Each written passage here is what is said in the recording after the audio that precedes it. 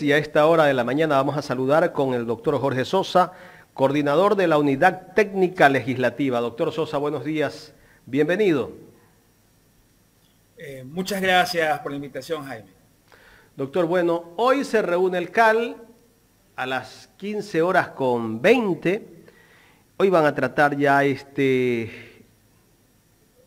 pedido de juicio político y luego de que se han tomado, ¿cuántos días? ¿2 días o 3 días para nuevamente corregir 2 o 3 errores que habían dentro de ese pedido de juicio político? 2 días. 2 días. Sí. Correcto. Bueno, el día de hoy se reúne el CAL, aprueban. ¿Cuándo va a la Corte Constitucional esto?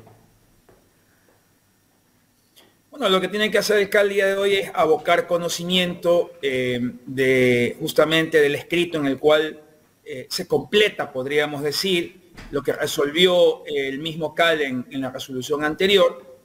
Básicamente lo que se completa es la fundamentación y la formulación de cosas, en especial la corrección de los artículos que corresponden a la concusión y peculado, e inmediatamente eso debe enviarse a la Corte Constitucional, la cual obviamente tiene un procedimiento. Yo calculo que entre hoy y mañana, si se envía eso a la Corte Constitucional, tiene que darse paso al sorteo del ponente, ¿verdad? Y el ponente tiene 3 días para presentar ya el proyecto de un borrador justamente de resolución, el cual es conocido en el Pleno. Eso es, en resumen, obviamente lo que debe pasar. Una vez que la Corte Constitucional adopta el examen de admisibilidad, que es un examen muy parecido al que hace la Unidad Técnica Legislativa, únicamente de forma, ¿sí? Regresa nuevamente a la Asamblea Nacional para que pase directamente a la Comisión de Fiscalización, que es a la que le corresponde obviamente hacer ya el procedimiento de sustanciación, y en el informe ya le corresponde valorar las pruebas que se han presentado dentro del proceso. Aquí aclaro algo importante, ¿no? Tanto la Unidad Técnica Legislativa como la Corte Constitucional, excepto por una cosa que ya voy a diferenciar. Lo que hacemos...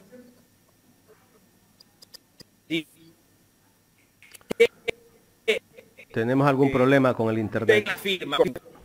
Aló. Doctor, se congeló su imagen. En este momento nuevamente estamos bien. La última parte no se escuchó. Como yo le decía, tanto la Unidad Técnica Legislativa como la Corte Constitucional solamente hacemos análisis de forma.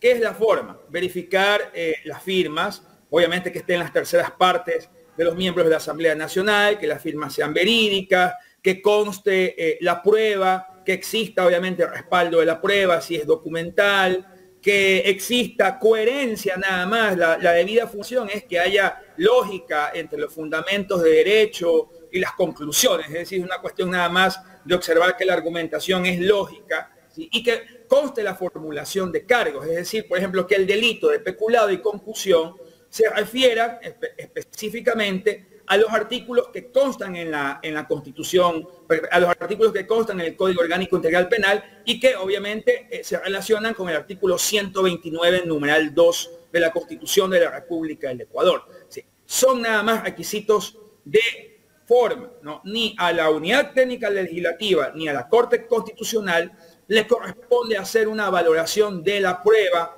¿sí? O de la argumentación de fondo. Lo que hace, lo que difiere básicamente la fundamentación de la Corte Constitucional es que a la Corte le corresponde, adicionalmente a lo que hizo la Unidad Técnica Legislativa, le corresponde establecer la singularización de las infracciones y que éstas correspondan a los tipos penales y que a su vez ello corresponda al 129, numeral 2 de la Constitución. Doctor, ¿quién hace la valoración de fondo? Es la Comisión de Fiscalización, ¿sí? Durante el procedimiento, ¿sí? Que obviamente el procedimiento significa que tiene que evacuar las pruebas que han anunciado, las pruebas documentales y las pruebas testimoniales. Tiene que evacuarlas. Y una vez que se evacúe, obviamente presentan un informe. Ese de la Comisión de Fiscalización, en donde se hace una valoración ya de las pruebas que han presentado las partes, ¿no?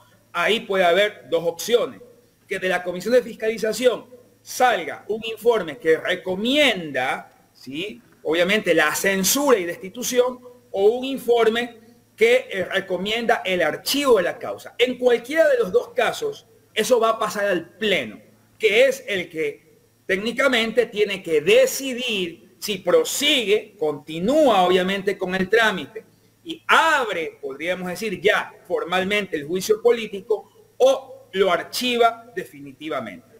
Ese es un procedimiento muy parecido al que se suele hacer en casos de funcionarios públicos relacionados al 131 de la Constitución, pero que en el caso del presidente de la República hay cierto tipo de condicionantes, como por ejemplo que las causales están calificadas, y eso es lo que hace justamente que exista una especialidad del juicio político en el caso del presidente de la República. Bueno, sus detractores lo acusan que usted es el culpable de los errores que hay dentro de este pedido de juicio político. E incluso ayer pude ver parte de una entrevista que hizo Ecoavisa al presidente de la Comisión de Fiscalización, Fernando Villavicencio, que vamos a escuchar justamente una parte de lo que dijo Fernando Villavicencio con respecto al trabajo que ha hecho el coordinador de la Unidad Técnica Legislativa, para luego tener su comentario. Lo que no está escrito en derecho público no se puede hacer. Y aquí está el informe del coordinador de la Unidad Técnica Legislativa. Es decir, le pusieron a un abogado que entró a la Asamblea como asesor del asambleísta social cristiano Luis Almeida, y que ahora es el coordinador de la Unidad Técnica Legislativa, para que le dé haciendo el trabajo a la Corte Constitucional. Y este señor abogado Jorge Sosa Mesa fue nada más y nada menos, Lenin, que abogado del mayor narcotraficante de este país, alias Gerald, extraditado a los Estados Unidos, la mano derecha del Chapo Guzmán. Fernando, a ese abogado le pusieron a revisar la constitucionalidad o no de la solicitud de juicio político. ¿Qué le puede responder a Villavicencio, doctor Sosa? Bueno, en primer lugar, que tiene que leer bien la Ley Orgánica de la Función Legislativa, porque la UTL no hace examen de constitucionalidad, es nada más de coger la Ley Orgánica de la Función Legislativa en el artículo 86 y 87, y obviamente establecer, como vuelvo a ratificar, que yo solamente como coordinador de la Unidad Técnica Legislativa solo hago un examen de forma. ¿Qué es la forma? Por ejemplo, verificar que existan las firmas. 59 firmas, que efectivamente existían. Que las firmas sean verídicas, o sea, que hayan declarado los titulares que son verídicas. Que exista la formulación de cargos. Ahí hago, ¿sí?, una explicación. A mí no me corresponde establecer si efectivamente el articulado que cita, ¿verdad?, se refiere a un hecho específico o a varios hechos, sino que me correspondía únicamente analizar si el delito existía, que existían, concusión y peculado, porque existen en el Código Orgánico Integral Penal, y si esos delitos coincidían con el articulado que estaban citando.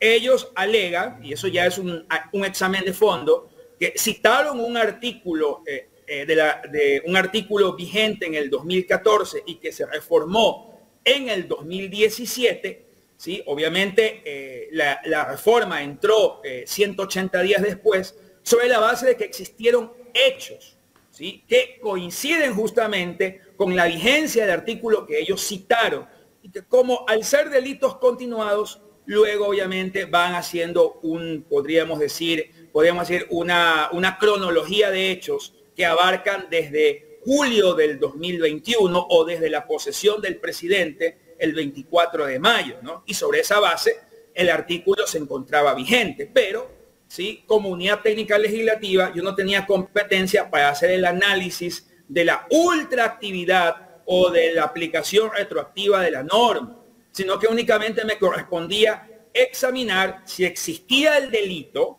¿sí?, concusión y peculado, y si ese articulado correspondía efectivamente al delito. Por lo tanto, es completamente falso que yo o que la Unidad Técnica Legislativa haya hecho algún examen de constitucionalidad, porque eso no le corresponde obviamente a la Unidad Técnica Legislativa. Y a la Corte Constitucional le corresponde hacer únicamente, ¿sí?, un análisis también de forma, singularizando las infracciones. Análisis de constitucionalidad significa de que yo compare la norma con los hechos y que yo llegue a una conclusión de fondo, lo cual es completamente falso que exista en el informe, porque únicamente, como se puede ver y es público, lo que se concluye en el informe, según el artículo 87, es que cumple con los requisitos básicos de forma. Con lo otro, ¿sí?, que obviamente el legislador compruebe que alguna vez yo he sido abogado de algún caso de narcotráfico de este señor, que ni lo conozco, porque jamás en la vida lo conozco, ¿sí?, y que yo debo admitir que en algún momento,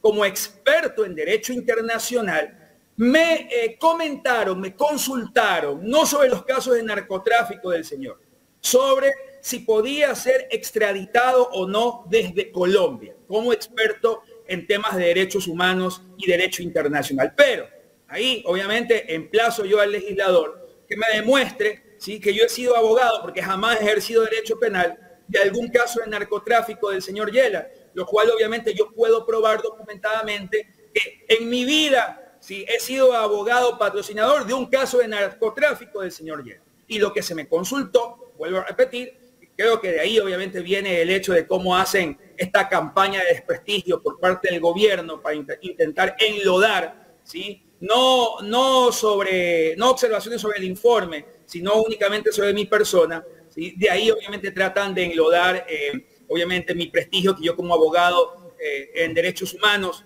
también he sido abogado, y eso no lo menciona, he sido abogado de Rafael Cuesta, he sido abogado del señor Ricardo Vanegas, he sido abogado del señor Alfredo Ortega, director del IES. Como abogado profesional tengo muchísima experiencia y obviamente pues no tengo yo que estar, podemos decir, publicitando mi historial, pero para aclarar, ¿sí?, jamás he ejercido la defensa, ¿sí?, en temas de narcotráfico del señor Yela. Y eso, sí, que me lo pruebe el señor Villavicencio, y yo también obviamente puedo probarlo, sin perjuicio de que pueda exigir alguna rectificación o aclaración por parte del medio que lo ha publicado, ¿no? ¿Va a seguir acciones legales tal vez contra Villavicencio más adelante? Bueno, eso ya es una cuestión que me reservo por ahora el derecho de hacerlo, ¿sí? Por ahora me asiste el derecho fundamental y humano a pedir réplica, rectificación y ampliación. Y de hecho le agradezco yo a usted, Juan Carlos, porque lamentablemente quienes no están alineados con el gobierno no tienen chance de poder ser entrevistados en medios formales como TC Televisión o como Ecuavisa o como Teleamazonas, ¿no? Y solamente a través de medios alternativos que son mucho más diversos es que dan la opción también de oírlo a uno. Es claro, obviamente, que hay un sesgo en cuanto a lo que entrevistan, a quienes entrevistan y lo que sacan, obviamente, publicando o publicitando. Correcto. Doctor, volvamos al tema del juicio político. El trabajo que ustedes hicieron, de acuerdo a lo que hemos escuchado, pues solamente ha sido de forma, ¿no? Ustedes no analizan si hay pruebas, no hay pruebas. Eso ya lo han hecho los asambleístas, los que han formado parte de esa comisión multipartidista y han venido discutiendo este tema. Analizamos que hay pruebas. O sea, hay la prueba documental y testimonial. Lo que yo no entro es el análisis del contenido de la prueba, de la valoración de la prueba. Que eso quedó claro, ¿no? Que se apliquen los artículos de la Constitución. Así es, o sea, que corresponde al 129, numeral 2, y que corresponde a los cargos de delito de concusión y de peculado. Nada más. Pero no entro al análisis de los hechos, de si los hechos realmente, ¿sí?, son o no son relacionados a los cargos que imputan, porque obviamente eso sería entrar al análisis de las pruebas. Y ni siquiera eso puede hacer la Corte Constitucional, ¿cierto? Eso corresponde ya a la Comisión de Fiscalización. Y ese cambio que hubo en el Código Penal en el año 2021, que también se discute, y que de acuerdo a lo que se corrige también ese juicio político es por ese tema, ¿o no? Sí, bueno, sí, claro, indudablemente citan, eso es verdad, citan una norma del Código Orgánico Integral Penal, aunque hay que decir que el verbo rector, incluso la sanción no ha variado incluso actualmente, es decir, es la misma sanción penal, pero se incluyeron algunos otros, podríamos decir, algunos otros postulados. Se incluyeron, se amplió el tipo penal. ¿Sí? No cambió el verbo rector ni cambió obviamente la sanción penal. ¿Sí? ¿Y qué pasó? En febrero, el 17 de febrero del 2021, hubo efectivamente una reforma, ¿sí? Que dentro de la transitoria estableció que la reforma tendría, ¿sí? Una vigencia, ¿sí? Entraría en vigencia 180 días después a partir de su publicación en el registro oficial. Entonces, cuando se verifican los hechos, se examinan los hechos, indudablemente hay casos o hay obviamente antecedentes que datan de mayo y julio del 2021. ¿Sí? ¿Qué significó? Significó de que la reforma, ¿sí? Entra en vigencia posteriormente en y agosto. que algunos hechos que mencionan, ¿sí? Los proponentes se encontraban vigentes con la norma que citaron y que obviamente citan hechos posteriores ya con la reforma que entra en vigencia, pero que esos hechos posteriores, ¿sí? Esa reforma, perdón doctor que interrumpa, esa reforma entra en vigencia 180 días después, ¿verdad? Así es. Porque se aprobó en febrero. 180 días después del 17 de febrero del 2021, efectivamente.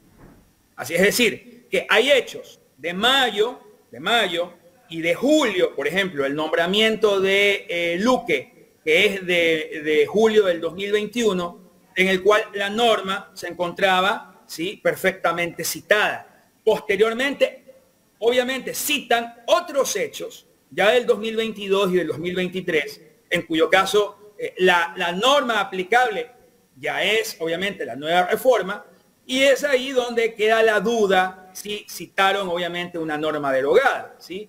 Mi criterio es que la norma está perfectamente citada, porque lo que establece, obviamente, la orgánica de función legislativa es que citen la norma y que corresponda a la numeración, ¿sí? A mí no me correspondía hacer un análisis ya de temas de ultraactividad o de la vigencia de la norma y de los hechos continuados, porque ya eso es un trabajo que debe hacer la Comisión de Fiscalización en el marco del proceso de sustanciación.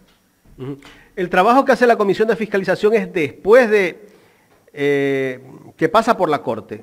Si es que la Corte admite el juicio político, va a la Comisión de Fiscalización. Así es. Yo veo muy difícil que la Corte Constitucional no admita, ¿sí? un pedido de solicitud de juicio político. No olvidemos que en el caso de Jorge Glass hubieron cerca de 29 correcciones, y la Corte obviamente hizo el examen correspondiente a admisibilidad. ¿Por qué digo que es muy difícil? Porque ya está el precedente, ¿sí? El dictamen, obviamente, en el caso de Jorge Glass, en el cual la Corte ha dicho que solamente analiza, ni siquiera analiza el proceso parlamentario, lo que pasó, obviamente, en la Asamblea Nacional, analiza únicamente, ¿sí? La causal del 129, numeral 2 de la Constitución de la República del Ecuador, en este caso. Y obviamente la Corte Constitucional tampoco hace un análisis de fondo, porque se trata, como bien lo dice la Ley Orgánica de Garantías Jurisdiccionales y Control Constitucional, se trata únicamente un análisis en el cual se verifican requisitos, muy similar a lo que hizo la Unidad Técnica Legislativa, pero ampliando su análisis, ¿sí? En el tema de la singularización de las infracciones. Doctor, ¿qué pasaría si la Corte inadmite este juicio? Bueno, usted me pregunta, técnicamente se archiva el proceso, sin perjuicio de que puedan volver a presentar un nuevo proceso, porque como no ha sido sustanciado en el fondo, sino que únicamente se ha quedado en la forma, ¿sí? Yo creo que pueden presentar un nuevo pedido de solicitud de juicio político, porque solamente queda en el análisis de forma, es decir, que no ha cumplido con los requisitos de forma, no hay un análisis de fondo, ¿no? Es cuando usted presenta, por ejemplo, en el litigio usted presenta una demanda, si califican, dicen no está completa, la mandan a completar y el juez concluye que no es completa, ni que tampoco ha aclarado ni ampliado, ¿sí? Y la archiva. Por ejemplo, normalmente en el litigio judicial, cuando se inadmite una demanda por asuntos de forma, se puede volver a presentar la misma demanda. Obviamente eso es lo que pasaría. La decisión de la Corte Constitucional es inapelable, es de última instancia la decisión de admisibilidad. Por lo tanto, sí, si es que la Corte Constitucional inadmite obviamente el pedido de juicio político dentro de su examen de admisibilidad, se archivaría completamente el proceso sin perjuicio de que se vuelva a presentar otro pedido de juicio político. Pero el momento que inadmite el juicio político, la Corte tiene que emitir también, me imagino, un criterio diciendo por qué lo inadmite. Indudablemente, porque toda resolución del poder es una resolución que debe ser motivada, ¿no? ¿Sí? Pero esa motivación podría descansar solamente en los parámetros que establece el mismo 129, numeral 2, y lo que establece la Ley Orgánica de Garantías Jurisdiccionales. Por ejemplo, si cumple o no cumple las firmas adecuadas, es decir, si hay el número de firmas adecuadas, si esas firmas son verídicas, si existe la formulación de cargos, si hay la singularización de infracciones, si considera la Corte que hay una argumentación coherente o debida. Eso es a lo que se debe concentrar obviamente la Corte Constitucional. En ningún caso puede hacer un análisis de fondo sobre las pruebas o sobre la responsabilidad del presidente de la República, porque eso ya es parte del proceso una vez que llegue a la Comisión de Fiscalización. Ya en la recta final de esta entrevista, doctor Jorge Sosa, ahora, el presidente de la República, vamos a pasar a otro tema, el presidente de la República tiene la opción también de mandar a muerte cruzada, ¿verdad? Escuché ayer a algunos legisladores que dicen... Y es un mecanismo constitucional. Yo no entiendo por qué meten obviamente la idea de un golpe de Estado y se lo imputan únicamente a la Asamblea Nacional cuando se están usando mecanismos constitucionales, o sea, que están en la Constitución y se está siguiendo un proceso. ¿Sí? Para que haya un golpe de Estado, primero deben usarse mecanismos no legales, es decir, no previstos en la Constitución. Y la idea del golpe de Estado es hacerse con el poder. Eso es totalmente, porque en caso de que hubiese una destitución a través de este mecanismo, indudablemente y de manera inmediata, quien va a asumir el poder es el vicepresidente Borrero. De la misma manera, ¿sí? El presidente de la República puede, ¿sí?, firmar la muerte cruzada, ¿sí?, y la Asamblea se va a su casa y tendrá que convocarse a elecciones anticipadas, ¿sí?, durante un tiempo determinado en el cual el señor presidente Guillermo Lasso, como lo dice la Constitución, puede gobernar mediante decretos ejecutivos solamente con el control de la Corte Constitucional. Es perfectamente posible. Los dos mecanismos son legales, ¿sí?, fueron aprobados en la Constitución del 2008 y bajo ningún concepto, ni de un lado ni de otro, ¿sí?, el uso de cualquiera de estos mecanismos puede considerarse un golpe de Estado o el uso de mecanismos fuera de la ley. Doctor Sosa, ayer escuché a varios asambleístas que dicen que en este momento, si el presidente de la República manda a muerte cruzada, no hay las causales para que él pueda usar esa opción constitucional. Bueno, a mi criterio personal es que tanto el impeachment contra el presidente de la República del Ecuador como la figura de muerte cruzada son figuras constitucionales que tienen un alto grado de discrecionalidad, porque la responsabilidad en estos casos o las causales no son causales, podríamos decir, cerradas, sino que son causales abiertas, es decir, que pueden considerar varios aspectos y varios factores para que puedan invocarse, ¿no? ¿Sí? En el caso del presidente de la República, no nos olvidemos que se ha aclarado, y yo coincido, que lo que se busca no es establecer la responsabilidad penal de que efectivamente los hechos se relacionan o hay un grado de autoría, de imputación objetiva o de un grado de autoría en relación a la concusión o peculado, sino únicamente la responsabilidad política derivada de la concusión y del peculado. En el mismo caso, el presidente de la República tiene dos causales, que es conmoción interna o porque la Asamblea Nacional está obviamente obstruyendo el Plan Nacional de Desarrollo, ¿no? Y eso es muy abierto. El presidente podría justificar que efectivamente con la Asamblea Nacional no está avanzando en el desarrollo del país, ¿sí? Y como esa causal, ¿sí?, es discrecional del presidente de la República, también nuevamente, ¿sí?, controlada por la Corte Constitucional, porque la única que no controla es la de conmoción grave y grave, justamente. Obviamente estaríamos en un plano bastante abierto de que el presidente tiene o podría tener elementos, según él, para considerar que la Asamblea está obstruyendo el trabajo justamente del Ejecutivo, ¿no? Pero la Asamblea no está obstruyendo el trabajo. Es que lo que le estoy explicando, yo desde mi posición puedo decir, no, la Asamblea está colaborando, obviamente, con el Ejecutivo, porque hemos tenido también mesas técnicas en las cuales hemos colaborado con el Ejecutivo en temas de seguridad, en la ley de transformación digital. Pero la invocación de la causal es o se da desde el sujeto que las invoca, que es el presidente de la República. Controlada únicamente la causal por la Corte Constitucional, que también hace únicamente un examen de forma sobre la causal que se invoca. Por eso es que son mecanismos políticos, ¿verdad?, que si bien es cierto, hay causales, pero estas causales no son de contenido abierto, perdón, no son de contenido cerrado, sino que son de contenido abierto. ¿Qué significa? Es que obviamente ahí hay un gran margen de discrecionalidad al momento de invocar causales, tanto de la muerte cruzada como del impeachment, porque se trata de responsabilidad política. Entonces, yo puedo decir que la Asamblea sí está colaborando, sin embargo, el presidente puede argumentar, ¿sí?, que efectivamente la Asamblea está obstruyendo, en cuyo caso obviamente firmará el decreto ejecutivo y tendrá únicamente el control posterior de la Corte Constitucional.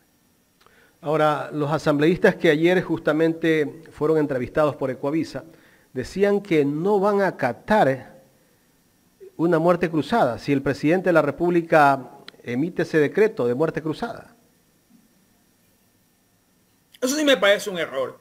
Sí, los mecanismos constitucionales están ahí y obviamente en un Estado de Derecho civilizado, un Estado de derechos y justicia en el cual existen los balance, los pesos y contrapesos, siempre obviamente las decisiones que emanan de procesos constitucionales o que son tomadas por la justicia, tanto constitucional como, ¿sí?, aquellas que devienen de los procesos parlamentarios, gozan del principio de legalidad y de legitimidad y deben ser acatados, porque si no, obviamente, estaríamos en una barbarie jurídica, ¿sí?, si es que todos, obviamente, alegáramos de que las decisiones, ¿sí?, no deben ser acatadas porque yo tengo un elemento subjetivo que me impide, obviamente, acatarlas, ¿no?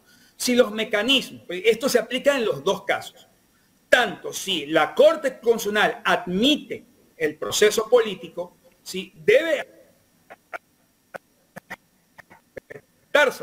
y el presidente de la República también obviamente echa mano de lo que se conoce como muerte cruzada. Son mecanismos legales, ¿sí?, bajo el principio de legalidad y de legitimidad deben ser acatados por quienes son de alguna manera los sujetos pasivos de estas decisiones.